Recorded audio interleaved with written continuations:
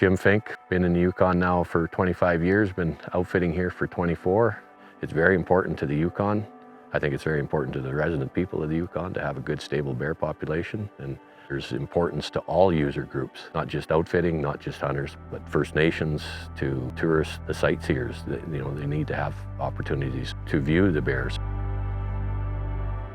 The Yukon hunting community and the Yukon Outfitters Association really realized that current bear hunting and future bear hunting opportunities needed to be maintained. Questions arose about the sustainability of the hunt, and a lot of the foundation of that was based on how accurate the population estimates were. In conversations with the management agency, the Yukon Government Department of Environment, and other stakeholders like Safari Club International Foundation, we wanted to see if there was opportunities to partner and address that knowledge gap. That's where this project came to fruition, to try and better understand grizzly abundance and distribution, and from that be able to derive what sustainable harvest was, ensure that that opportunity is retained in the future.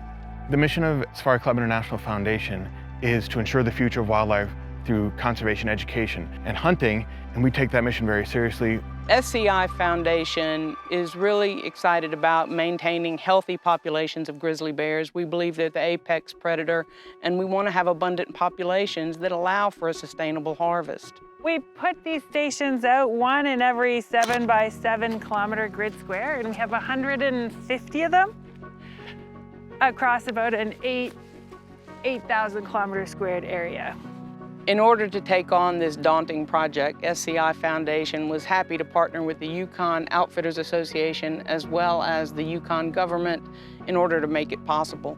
The aerial support alone for this project was enormous, as none of these areas are accessible except by air. So all of these hares and snares were checked by helicopter. You can imagine the cost associated with that. So it really took a number of partners in order to make it happen. We are believing that in order to make future management decisions, it ought to be always based on sound science. And in the coming years, we're going to move that project around in order to gain future estimates for different areas, and then combine all of those so that we get a large-scale population estimate for the entire Yukon Territory. A program that's going on here now is exciting to see that it's happening. You know, it is a vast wilderness landscape, and there's a variety of stakeholders that have real interest in the future of grizzly bear and other wildlife populations in this territory. Everything from a very dedicated group of resident hunters, of course people interested in conservation. There are several Indigenous First Nations peoples that are relying upon wildlife populations for subsistence. And of course there's a very well-developed and an active outfitting industry that not only is an important economic driver in the territory, but also helps to conserve and manage this landscape in a way that would be very difficult to do without their input. So it's really a place where it brings together a lot of the stakeholders that are important to us, and we're all working together really to help ensure that the future of grizzly bears is sustainable.